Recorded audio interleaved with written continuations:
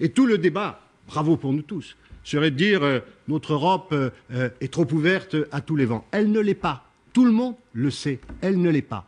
Mais nous alimentons un débat extrêmement nocif pour la démocratie et pour tous les partis démocratiques, sans même rappeler les faits que je viens de rappeler, car ce sont des fantasmes. Les Syriens, ils ne sont pas chez nous, ils sont au sud. Les Roms, ils sont 15 000 depuis 15 ans. Et le problème, c'est d'arriver à intégrer ceux qui seront là. Et donc l'immigration, oui, il faut le prendre au sérieux. Schengen peut évoluer, on peut en parler sérieusement, mais il faut commencer par dire la réalité des choses. La réalité des choses, il n'y a pas d'Europe passoire. L'assaut est spectaculaire. Plusieurs centaines d'immigrants clandestins d'Afrique noire jouent le coup de force pour passer à l'aube et en nombre le grillage qui les sépare de Melilla, l'enclave espagnole au Maroc. Des grappes humaines. Les plus forts et les plus rapides parviennent à poser le pied sur le sol espagnol sous les yeux de la police médusée. Ce matin à Melilla, ce sont plus d'une centaine de ces clandestins qui ont été transférés au centre d'accueil temporaire des immigrants. Eux ont réussi leur pari. Même s'ils sont aux mains de la police, ils sont enfin en Europe.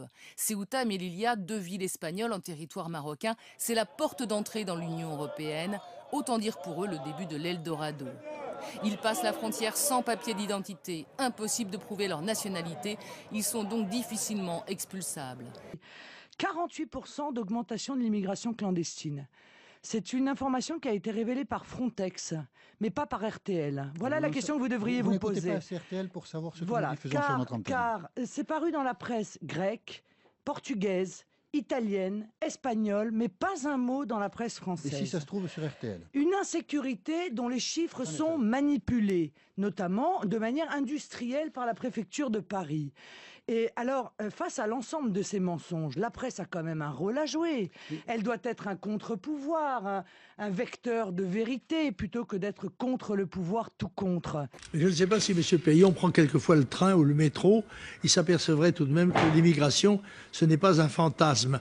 Et moi, je vais parler des chiffres, puisqu'il parle de chiffres. Les chiffres sont soigneusement déguisés et masqués. C'est ce que dit Mme Tribala, spécialiste qui n'est pas suspecte d'amitié pour le Front National. Elle a écrit un livre contre le Front National, mais c'est une démographe qui a publié un livre qui s'appelle « Les yeux grands fermés », dans lequel elle dit « Tous les chiffres en France relatifs à l'immigration sont truqués, faussés, masqués ».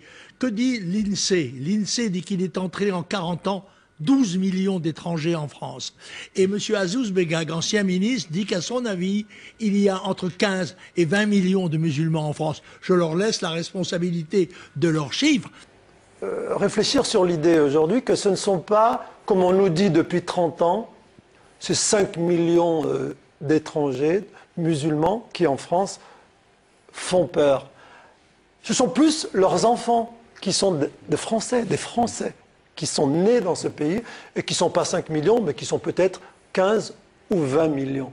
Mais il est bien évident, et les Français s'en rendent bien compte, que l'immigration est un phénomène considérable qui est en cours et dont nous ne vivons que le début du commencement, puisque la situation dans le monde va s'aggraver compte tenu de l'explosion démographique qui est un phénomène dont ne parlent jamais les hommes politiques. Ils ont la tête dans le guidon électoral en permanence. Ils ne regardent pas au-dessus d'eux pour voir que la population mondiale est passée de 1 à 7 milliards d'habitants et que nous, 750 millions d'Européens, nous avons 1,4 enfants par femme et eux, ils en ont entre 3,1 et 5,7 et que par conséquent, la population de l'Algérie, par exemple, est passée en 50 ans de 8 à 38 millions. Dans 30 ans, elle sera de 65 ou 70 millions. Et il est bien évident que les troubles qui vont se passer dans ces pays vont déclencher des torrents migratoires contre lesquels nous ne sommes pas défendus, puisque l'Europe nous interdit de défendre nos frontières, à la fois contre la rivalité économique injuste que nous subissons, et d'autre part, les torrents migratoires. Nous avons le droit et le devoir de défendre notre territoire national et notre peuple, bien évidemment. Ils se sont littéralement jetés sur le triple grillage haut de 7 mètres qui sépare l'Afrique de l'Europe. À l'aube ce vendredi, environ 300 clandestins originaires d'Afrique subsaharienne sont entrés dans la ville espagnole de Melilla. Il s'agit de l'assaut le plus massif qu'a connu l'Espagne ces dernières années. Un assaut préparé par des migrants qui se sont rassemblés toute la nuit côté marocain.